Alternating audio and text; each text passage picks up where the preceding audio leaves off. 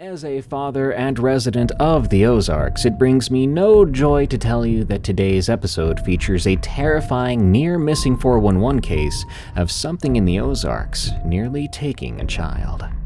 Just kidding, I love missing 411 cases even though they're quite disturbing. Welcome back to Unexplained Encounters. I'm your host, Darkness Prevails, and you can follow me on Twitter @DarkPrevails to see my horrible opinions or to take part in my occasional giveaways. Today's episode is all about children versus the supernatural, from demons and ghosts to monsters and the unexplained. Enjoy, and if you like creepy outdoors-related stories, you should pre-order my new book on Amazon called Creepy Campfire Stories, or just click the link in the description. It comes out July 8th, 2025, and I'm trying to get 2,500 pre-orders before it arrives.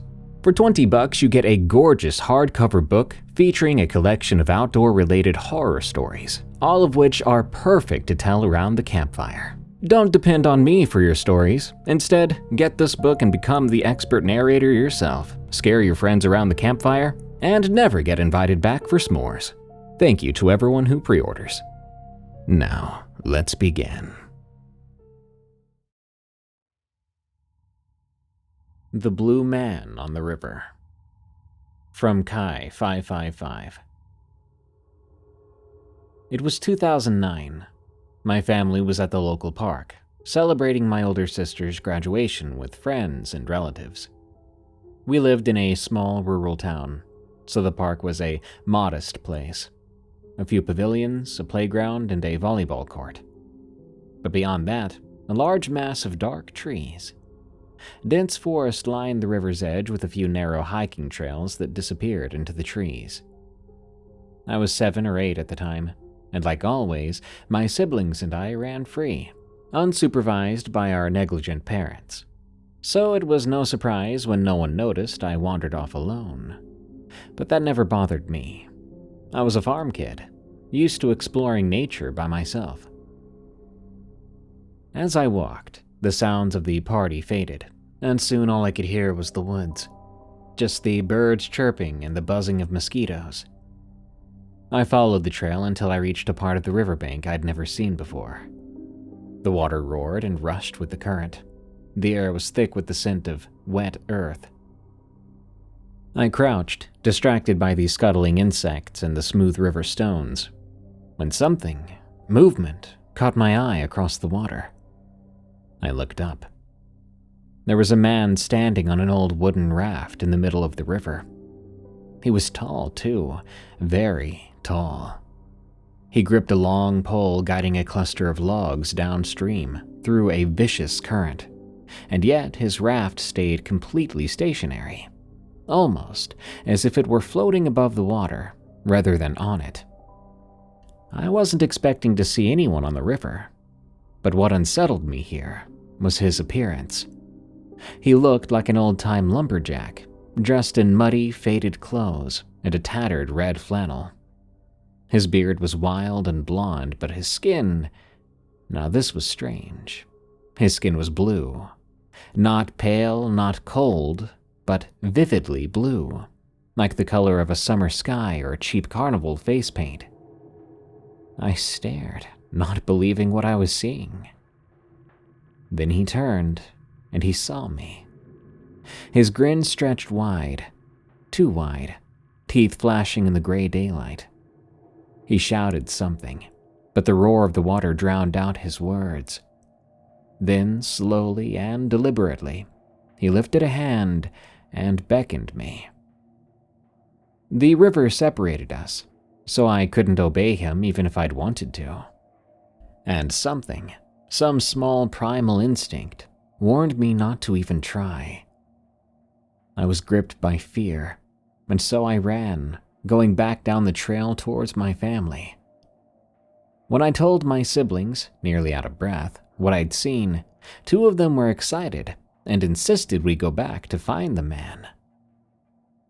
When we returned, the river was empty. No raft, no logs, and no blue man. This memory has stuck with me ever since, especially considering that this park was only 10 minutes away from my house. I tended to avoid that park afterwards. I'm not sure what I saw. No one else in town has ever spoken of strange figures out on the river. No old ghost stories and no whispered legends. When I asked my siblings if they remember the blue man on the water, they had no recollection of the event. But I do. I still remember him and his weird skin, and I don't think I'll ever forget.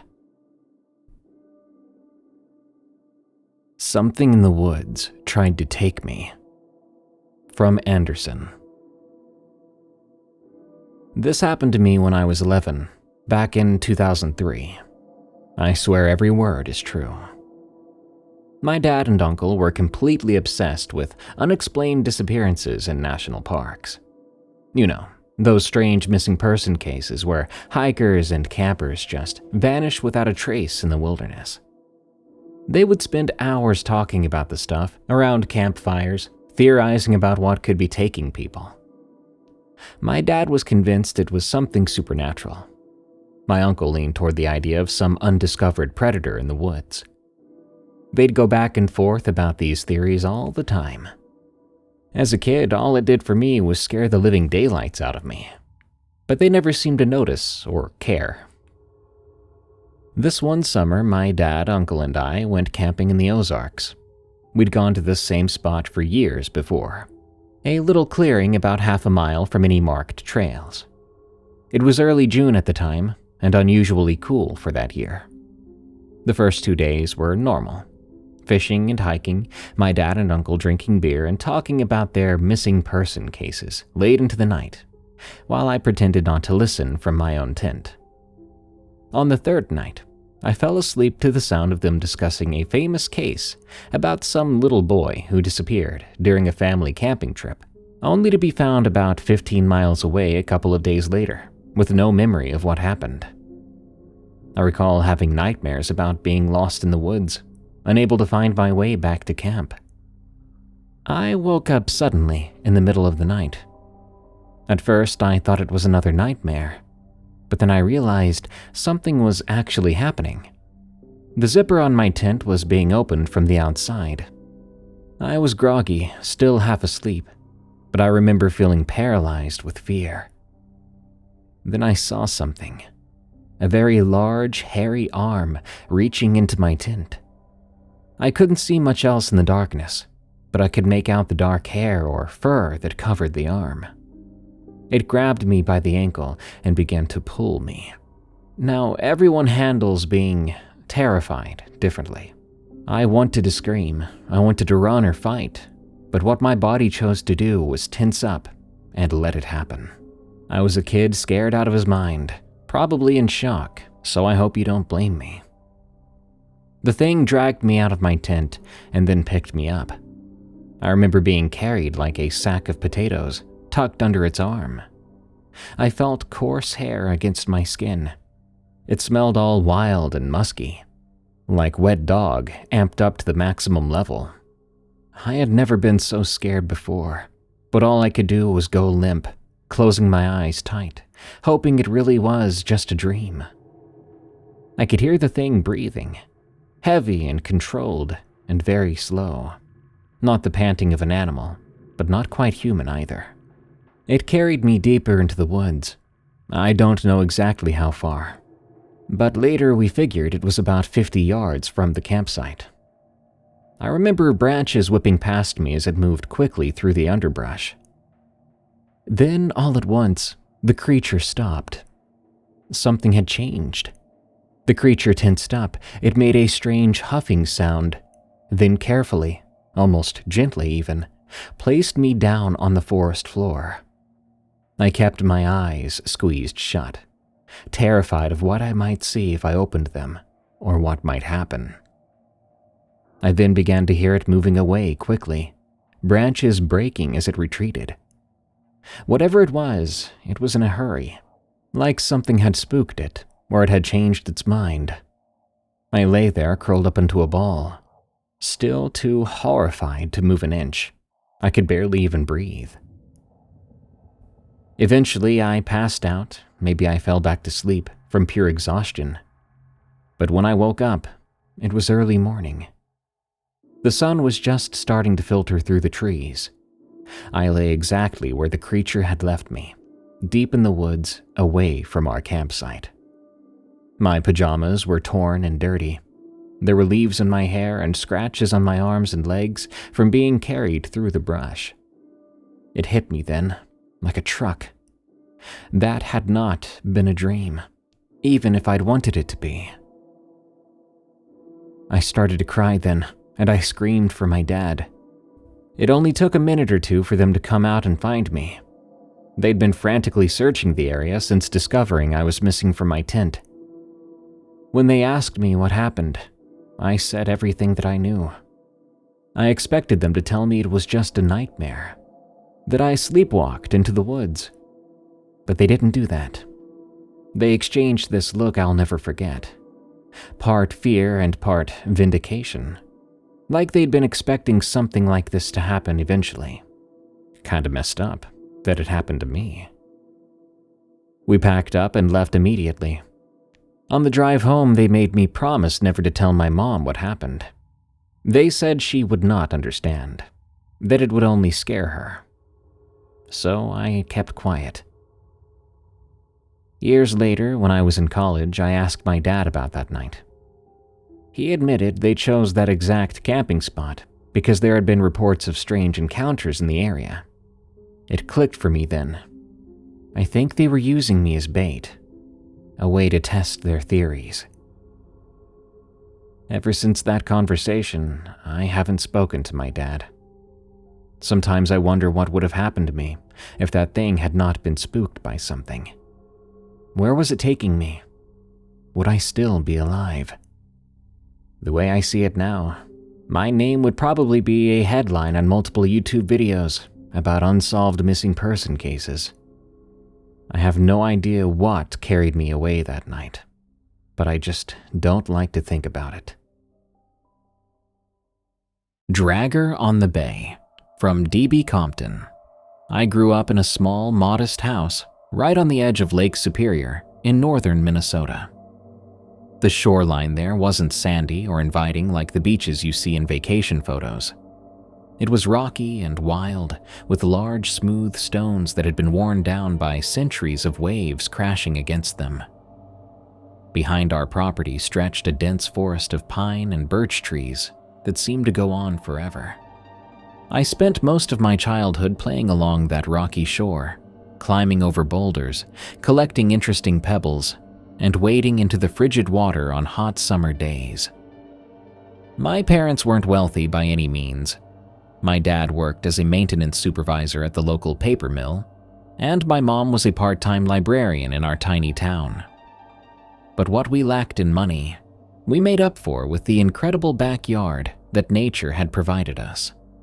That shoreline was my playground, my sanctuary. At least it was until the summer of 1997, when I was 10 years old. The events I'm about to describe changed my relationship with the lake forever. Even now, nearly 30 years later, I can't look at large bodies of water without feeling a chill run down my spine, wondering what might be watching me from beneath the surface.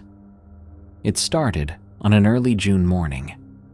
I had woken up before my parents, as I often did during summer vacation, eager to get outside and explore. The sun was just beginning to rise, casting a golden glow across the lake's surface. As I made my way down our well-worn path to the shore, something unusual caught my eye. A strange pattern in the gravelly sand near the water's edge. There were what looked like handprints, though not quite human, on either side of a wide drag mark that led from the water up toward the forest. The prints were about the size of my dad's hands, but with longer, more slender fingers, or what I assumed were fingers. The drag mark between them was about 2 feet wide and had disturbed the small rocks and pebbles along the shore. I followed the trail with my eyes to where it disappeared into the underbrush at the forest's edge. Something had pulled itself out of the water and into the woods. I wasn't sure whether to be scared or intrigued. When my dad came outside with his morning coffee about an hour later, I showed him the strange trail. "Dad, look at this. What do you think made it?" I asked, pointing at the prints and drag mark. He crouched down, examining the pattern with a furrowed brow. After a moment, he shrugged and took a sip of his coffee. "Probably just an animal that caught a fish and hauled it back into the forest," he said casually. "Maybe a bear or something dragging its catch. Nothing to worry about, buddy." His explanation made sense, and I tried to convince myself that he was right. Bears weren't uncommon in our area, though we rarely saw them near our house. Still, something about those handprints didn't look like any bear tracks I'd ever seen in my illustrated wildlife books.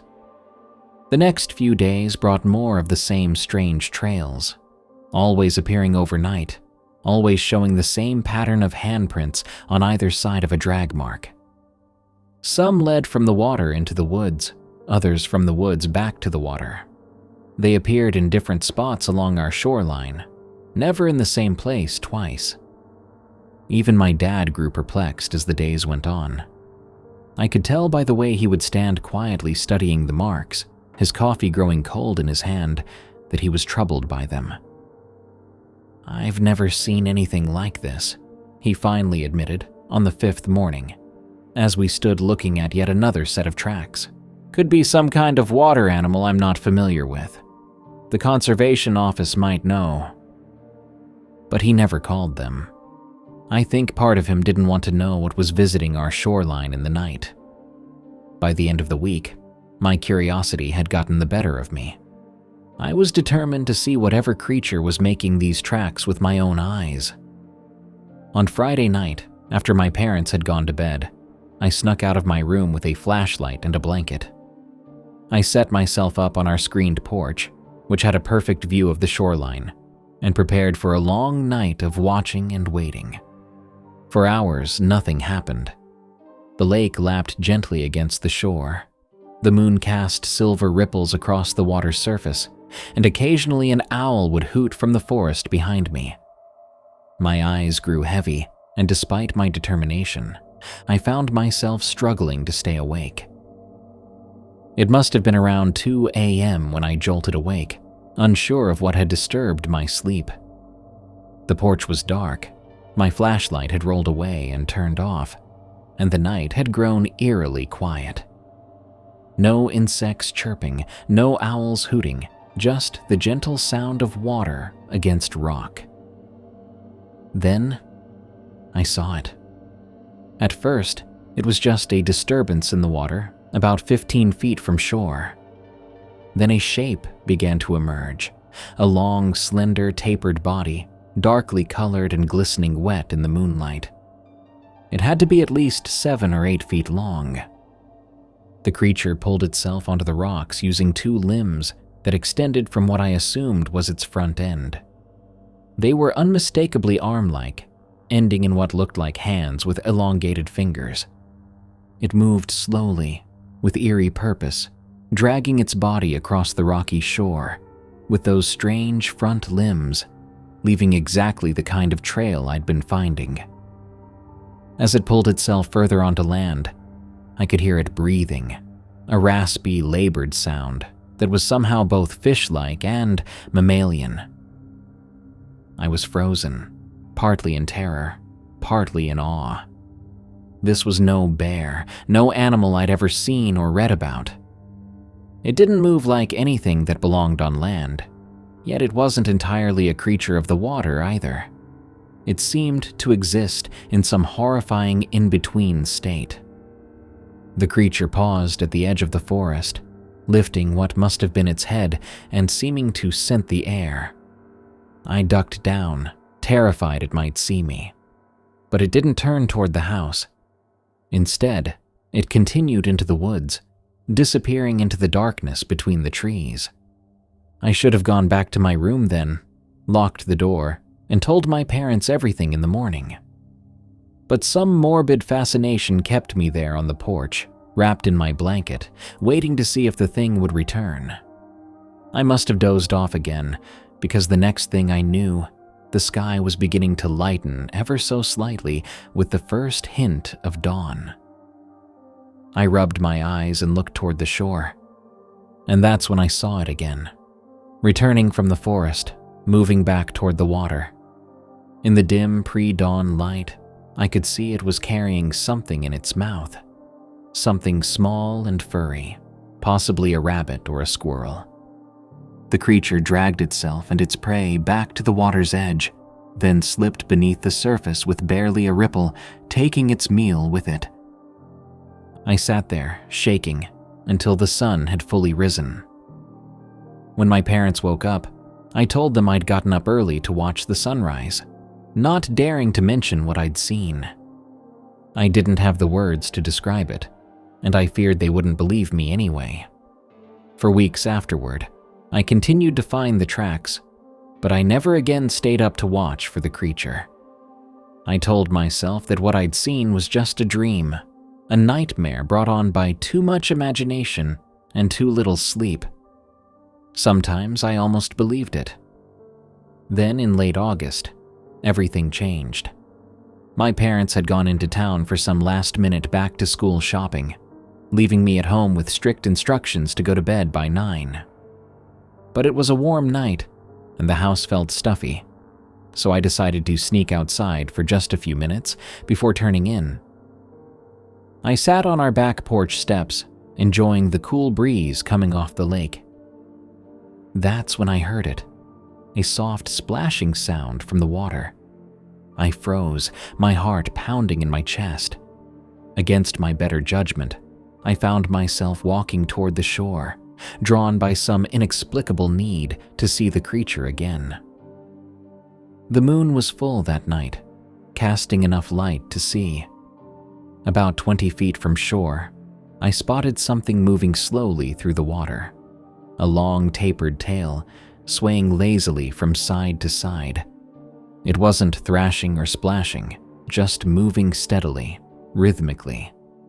Then, closer to shore, I saw it, the top of a head just breaking the surface, and two eyes that were staring directly at me. They reflected the moonlight with an eerie yellowish glow, unblinking and fixed on my small figure, standing at the water's edge. I don't remember deciding to run. One moment I was standing there, locked in a staring contest with this impossible creature, and the next I was tearing across the yard toward our back door, a scream caught in my throat.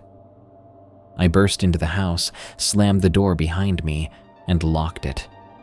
Then I ran through the house, locking all the doors and windows, pulling all the curtains closed.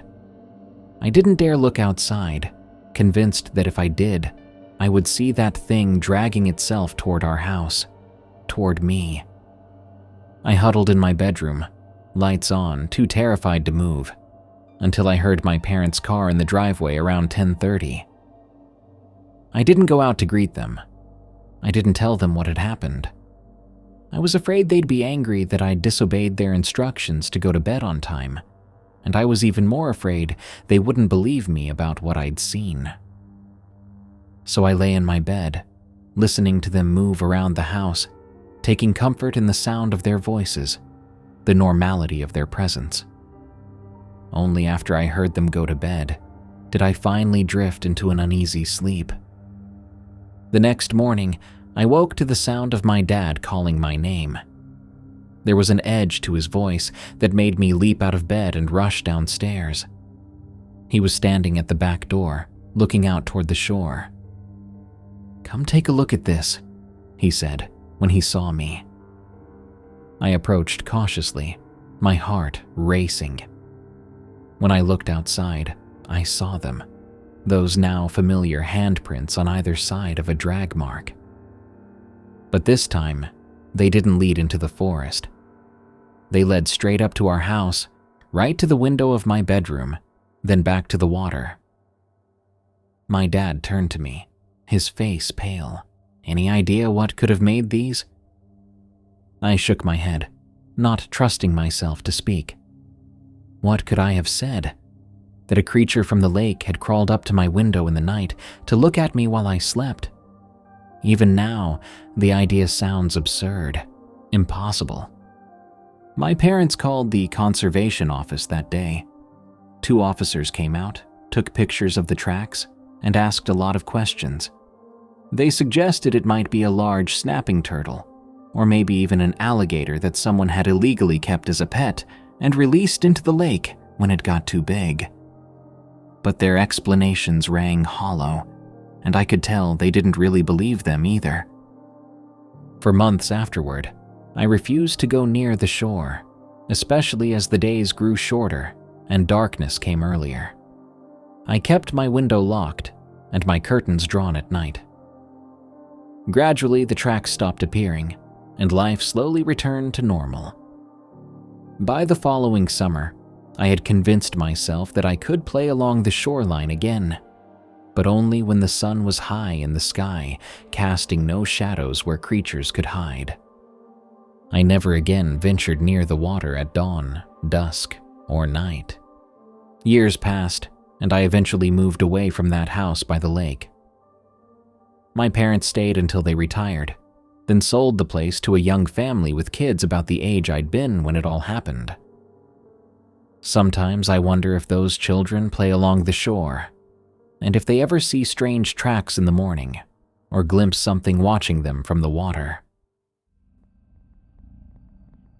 Shadows in the Dark. From Gearhead 993. The following story may seem kind of outlandish, but it is 100% true, to the best that my memory will allow.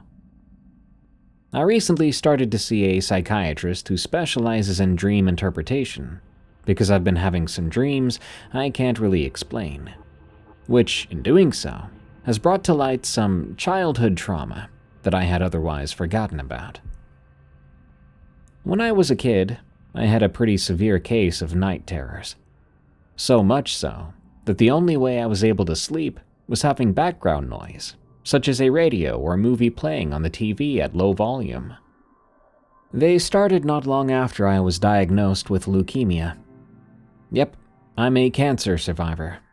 I was probably 4 or 5 years old at the time, so bear with me, as some of these memories are a little fuzzy. Around the summer of 1998, I was diagnosed with acute lymphocytic leukemia. When they told me I had cancer, I was too little to really know what it truly meant. I mean, how do you explain the possibility of death to a 4-year-old? Needless to say, I was blind to what was truly going on. That is, until the shadows began to appear. Fast forward a few weeks. One night, I was lying in the hospital for treatments I was being given. I began to see things I couldn't quite explain. Talking to Mom and Dad didn't do much because, well, who's gonna believe a 4-year-old that's seeing shadows in the dark? They chalked it up to a young boy's wild imagination. I tried to tell my dad that something was in the room with us, but all I got from him was, "Calm down, son, nothing is here. Go back to sleep." So I covered my face and pretended it wasn't there. And oddly enough, that seemed to solve the problem, at least for a little while. The next few days went by without incident, but then everything came to a head. One of the last nights I was in the hospital, I had a pretty trying day. The doctors had given me my next dose of chemotherapy, and it was affecting me hard. I spent most of the day in and out of sleep, so by the time the evening drew upon us, you can safely assume that sleep was the last thing on my mind. As tired as I was, sleeping through the day messed up my sleep pattern, so I was pretty wide awake by dark. Dad had rented some movies for us to watch, so I decided to put one in and give it a watch as Mom and Dad caught up on some much-needed rest. While lying there that evening, I began to see something out of the corner of my eye. Just a glimpse, and then it was gone. Then again and again. I began to grow annoyed, so I went over to turn on the bathroom light, and when I did, I turned and I saw a dark, shadowy figure standing in front of me. It appeared to be a humanoid-looking figure. The only identifying features the figure had was it appeared to have a fedora and a walking cane. And there were eyes. Eyes glowing a bright, piercing red color that appeared to be like fire. I know this because these features also resembled the character Judge Doom from Who Framed Roger Rabbit, which, coincidentally, I'd also watched for the very first time earlier that day. At least, the bits and pieces I was awake for, that is. I'd wanted to see this movie because Roger Rabbit was also a character that appeared as a cameo in the Honey, I Shrunk the Kids movies, which were a favorite of mine at the time. As I stood there with this shadowy figure staring down at me, I froze in panic. I didn't know what to do. I tried to scream, but my voice seemed muted. I was talking, but nothing came out. I tried to move then, but my limbs were frozen. My own body was not behaving as it should. Suddenly, I saw the figure raise its cane to its face as if to shush me. Then it spoke in a voice that seemed to slice through the room like a knife. "Silence," it said with a slithering voice like that of a snake. "You are going to die," the voice said, echoing through the night. Suddenly, without warning, it vanished just as quickly as it appeared. I found myself back in my bed, waking up in a cold sweat as if I had just been dunked into a pool. The monitors reading my vitals by the bed began to blare, sending off signals that sent nurses rushing into my room. My whole body was quivering in my mom's arms uncontrollably. After several minutes of diagnosing my condition, they decided to give me a sedative due to my elevated level of distress. When I awoke later, they told me I woke up screaming that I was going to die. They said my blood pressure was reading stroke levels, that if they had not gotten there sooner, I could have gone into a stress-induced coma. I wish I could say that things ended there, and although I never saw the shadow figure after that, there were on-again, off-again episodes where I'd catch a glimpse here, a glimpse there, just out of the corner of my eyes, just enough to know it was watching me. To this day, I have no idea what the shadow in the dark wanted from me. So why it chose me to haunt that fateful night, I don't know. My psychiatrist seems to think it was my subconscious finally putting pieces together that I was likely not going to survive leukemia. And who knows? Maybe they're right. Looking back on it now, telling this story, I know it seems outlandish, and there are certain points that add up to a logical explanation. It could have been just something brought on by watching a movie a little 4-year-old should not have been watching. Add that together with the stress I was under fighting a terminal illness. Sure, 2 + 2 = 4, I get it. I don't expect everyone to believe this crazy story. Heck, I'm still not convinced as an adult that I didn't just have a nightmare, or that I finally figured out in my head that I really was going to die. So whatever you choose to believe, I'll leave that up to you. All I can say is thanks for letting me tell my story. And to the shadow in the dark that haunted me that night, if you're still out there somewhere, I just have one thing to say to you. I lived. Picher, Oklahoma is haunted.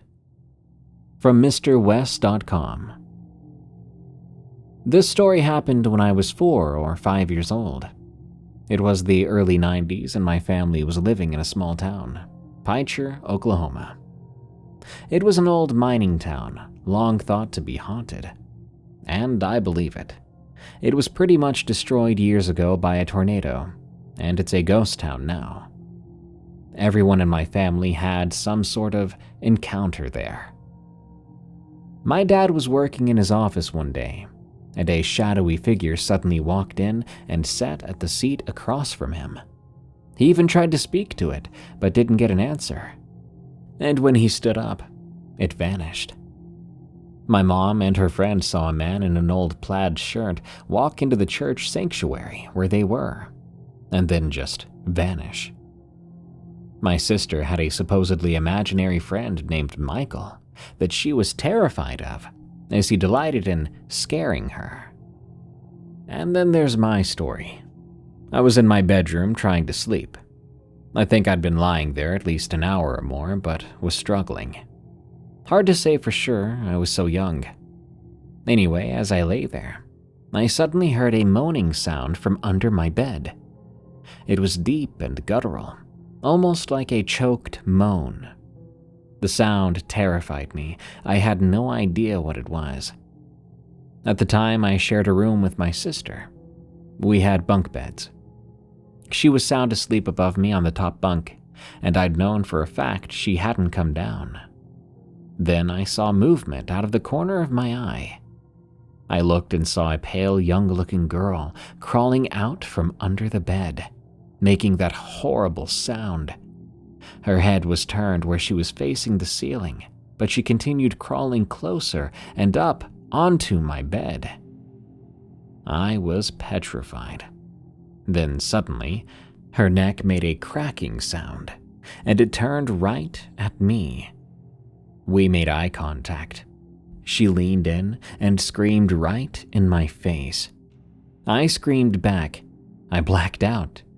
Next thing I knew, I was waking up for the morning. I told my mom what happened. She humored me, saying she'd thrown the ghost out. We moved out of that house not long after, and I eventually convinced myself it had just been a dream, until I grew older. My parents told me some things I didn't know.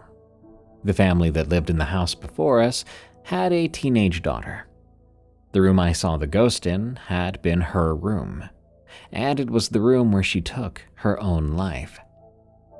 The news shocked me, of course, but it got worse. My parents knew the people who had the house after us. Picher was one of those small towns where you pretty much knew everybody. And apparently, those people had 2 sons who shared that room. The family didn't stay long, as the 2 boys refused to sleep in that room because of the scary lady in the closet. I'm convinced I was never dreaming. I'll never forget her face, and that awful moaning and choking. She appears in my nightmares sometimes, even today.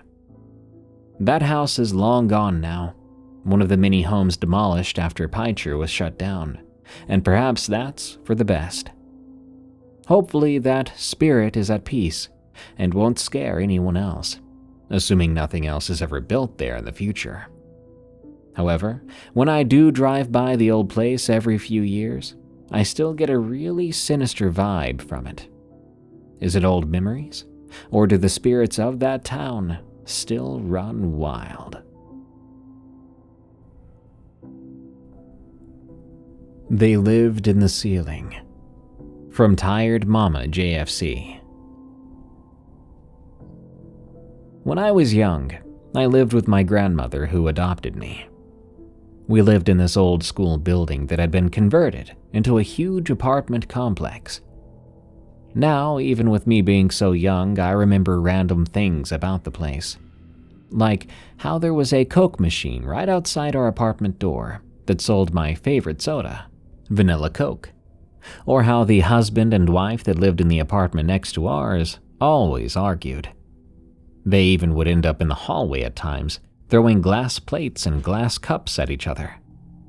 I genuinely don't understand how they were allowed to live there. I remember how musty the entire building seemed to smell, but the one thing I remember most of all was the people that lived in our ceiling.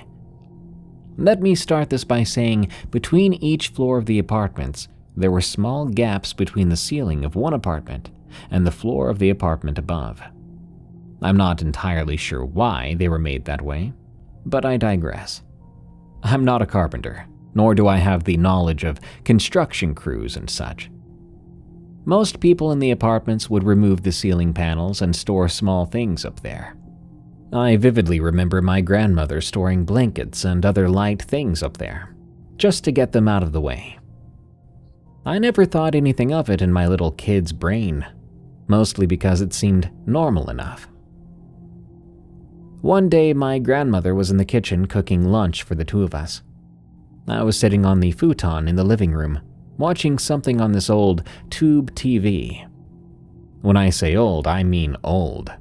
The thing was heavy, bulky, and the outside of it was made of wood.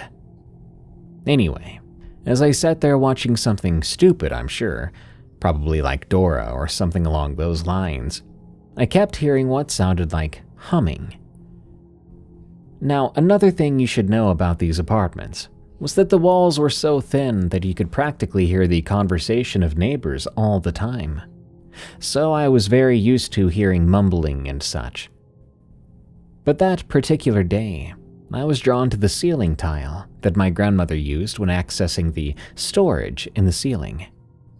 I walked across the room and stood directly under the ceiling tile, just staring up at it. It was weird. I remember feeling like I couldn't move. But then I saw the ceiling tile lift. Just as that happened, my grandmother walked into the living room carrying our lunch on trays, and it sort of knocked me out of this trance I was in. A few days go by, and I once again hear what sounded like humming or mumbling coming from the ceiling. This time my grandmother was sitting beside me, watching I Love Lucy, and when I started staring at the ceiling, she took notice. "Honey, what are you looking at?" my grandmother asked, as I once again made my way across the living room, fixated on the ceiling tile. "I hear someone in the ceiling," I said, nonchalantly, standing directly under that tile again. My grandmother, obviously worried, pulled her little ladder over and climbed up it, pushing the tile back and going into the ceiling until just from her ribs down was showing. "Baby girl, I don't see anything up here," came my grandmother's muffled voice before she climbed back down, looking at me with this worried expression. And so it began. For the next 2 weeks or so, I'd hear voices or see the tile move, and my grandmother was always out of the room doing whatever. She'd come back to find me just staring up at the ceiling. Until one day, my grandmother and I were sitting on the couch watching TV when we both heard the tile move. Both our eyes shot up to the ceiling as the tile began to move. My grandmother, being the very brave and absolutely stubborn woman that she was, goes rushing over to the ladder and climbs up, pushing the tile out of the way. "I don't know who the heck you are, but you need to get out of my house," she yelled as she ascended the ladder, only to come back down a few minutes later looking puzzled. "There's no one up there," she said to me with a puzzled look. She goes to the kitchen and calls my dad, and as she's explaining everything to him, talking to him about coming to the apartment so he could do a double check, I sat on the couch staring at the ceiling. I watched as the ceiling tile slowly but surely started to move to where there was a tiny crack, making the between floor visible. That's also when I let out a blood-curdling scream, because in that crack, I saw two eyes that were staring at me. My grandmother comes rushing into the living room, and she lets out a gasp as she too sees the two eyes staring at us from the ceiling. She yells at my dad that we were leaving, and she grabbed me by the arm and yanked my sobbing body out of the apartment. We didn't go back. Not for a few days, anyway. We stayed at my dad's house until he and my uncle went and investigated themselves, only to come out empty-handed, saying not a single thing was up there, save for the things my grandmother stored. Finally, my grandmother was brave enough to go back to the apartment, and I remember us coming through the door, my grandmother going rushing to the bathroom while I very slowly and cautiously walked into the living room. What I came across still gives me goosebumps to this day. In the side of that wooden TV was a skull and crossbones carved into it. Underneath, carved into the TV, were these very small but sloppy letters that spelled out the word leave. And we did. Once my grandmother saw that, she went rushing around packing our bags and we left. My dad and uncle did another sweep of the apartment, trying to find out what was in the ceiling as they packed up the remainder of our things. They once again came up empty-handed. That building was later rumored to be haunted. That being said, I do have another ghost story that happened there. I'm not sure what happened there for there to be ghosts or entities, whatever you want to call them. But I know one thing for sure. 23 years later, and you still won't catch me walking into that building for anything. Werewolf Pups. From The Quacker 8301. I've been debating on whether to tell this story for a while, and I've decided to finally share it. This happened to my father and I a long time ago, when I was still in middle school. My dad and I would often take camping trips whenever I had a break from school. One winter break, my dad and I went on one of our signature camping trips at a new campsite. Allow me to apologize here, because I can't recall the name of the campsite for the life of me, and my dad doesn't remember either. So weird things started to happen the first day. While my dad was finishing setting up the camp, I was roaming around near a small creek. Next to that creek, I found some huge paw prints.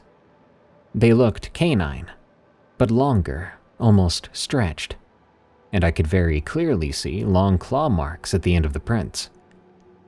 It had just rained recently, so I was able to see the prints clearly.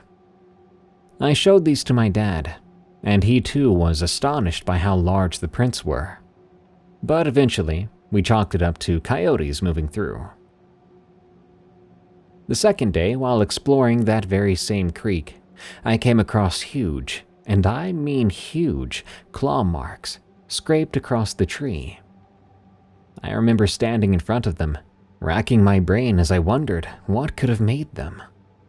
They were really high up on the tree, about 8 feet up or so, and they looked quite fresh. I also began noticing that, at night, the wildlife around here would get very quiet. No hooting owls or chirping crickets, just dead silence.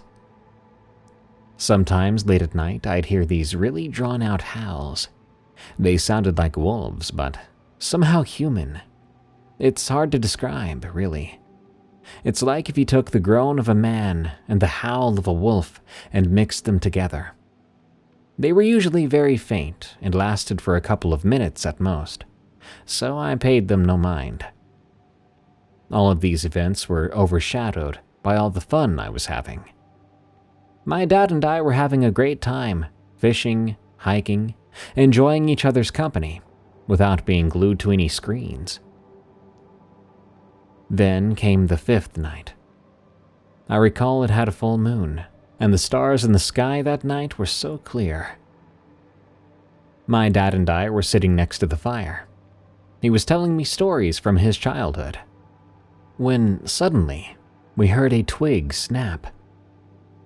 The two of us paused, looking in the direction of the noise. My dad stood up and quickly gestured for me to get behind him. I expected to see a coyote or even a deer walk out, but what I did see, I'll never forget. 2 figures.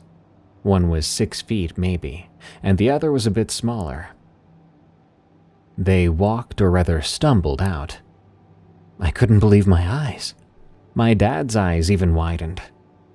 The creatures looked like dogs or wolves, but they were standing on hind legs, like people. And they had hands instead of paws, with elongated limbs. But what led me to believe they were pups or juveniles was the other figure emerging behind them. The same kind of creature, but much larger. 8 feet at least. That must be the parent, I thought. God, I can still remember those eyes, yellow and piercing. The parent wolf scanned me and my dad before it literally scooped up the smallest of the pups in its hands like a human mother would to her babies and stood protectively over the other one. She let out a deep bark-like sound, and the small family crept back into the woods, disappearing almost as quickly as they had appeared. We packed up right after that. After I discovered this channel, the memories resurfaced, and I thought it was finally time to share mine and my dad's encounter. Stay safe in the woods.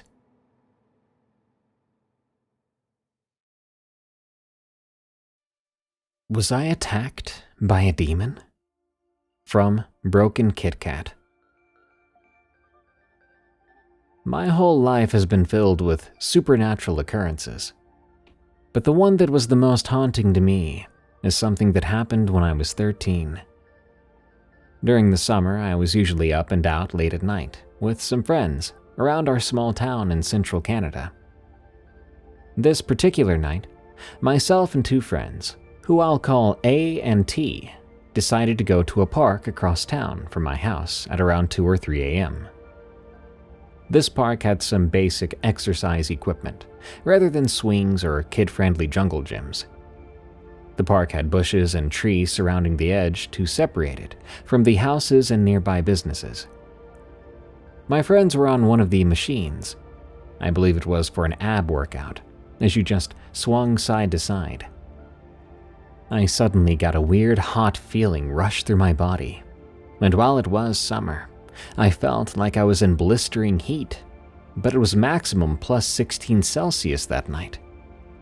I looked up, and in the bush along the edge near where we were, I saw red eyes.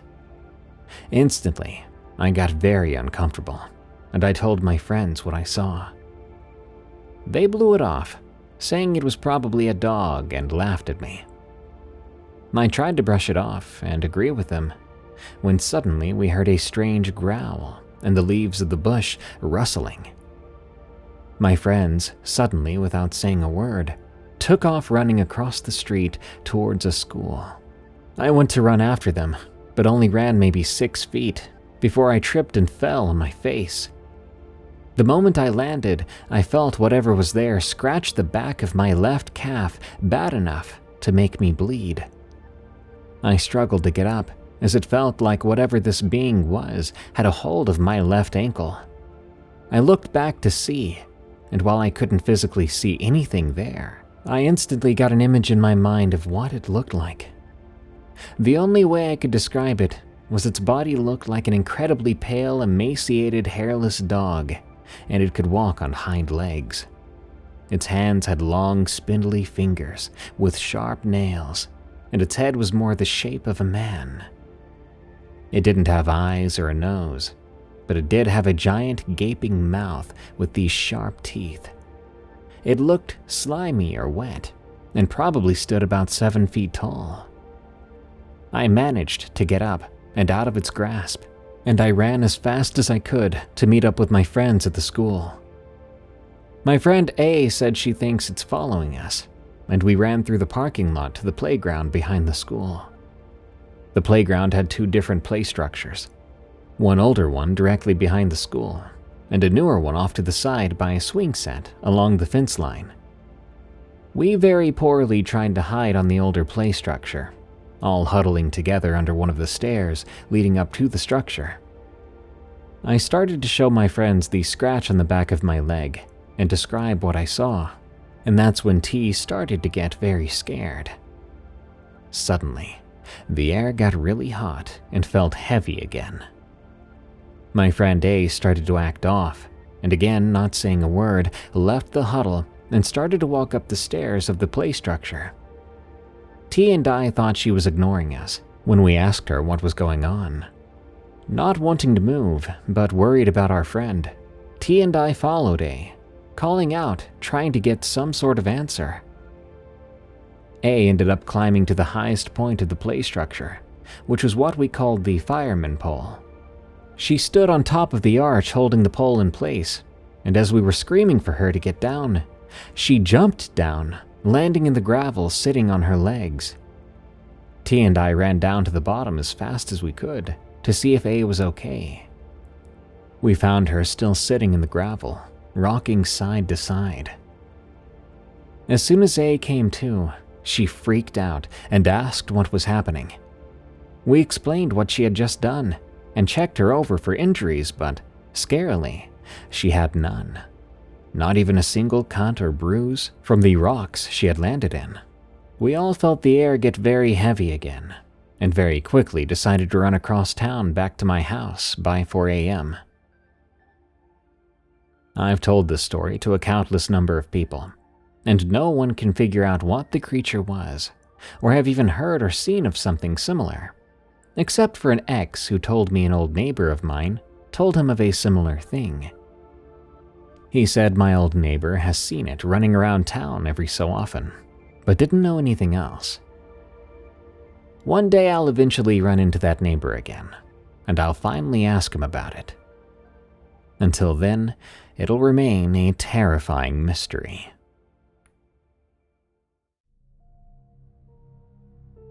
So, what do you think takes people into the woods to never be seen again? Is it a government experiment? Is it a mysterious and unknown creature? Perhaps aliens or just circumstance? Tell me what you think in the comments. And also let me know what you'd think about your dad if he used you as bait for missing 411 proof. That brings us to the end of this episode of Unexplained Encounters. I'm your host, Darkness Prevails, and you can follow me on Twitter at DarkPrevails, where I sometimes do giveaways or talk about nonsense. Remember to send us your scary stories of the unexplained at darkstories.org. And before I go, I want to sell you on something that might keep you from being taken in the woods. That's my new book, Creepy Campfire Stories by Darkness Prevails. Pre-order it today on Amazon or click the link below. It's a beautiful hardcover book featuring a collection of unexplained stories in the wilderness, perfect to read around the campfire. How will it keep you from going missing? Well, maybe that was a threat. Or maybe that thing that was gonna take you changed its mind after the stories you read from that book scared it to death. That's Creepy Campfire Stories, available July 8th. Help me get to 2,500 pre-orders or Bigfoot will take my soul. Anyway, thanks for tuning in, guys. I'll see you again next time. Stay safe out there and stay creepy, because this world is a strange one.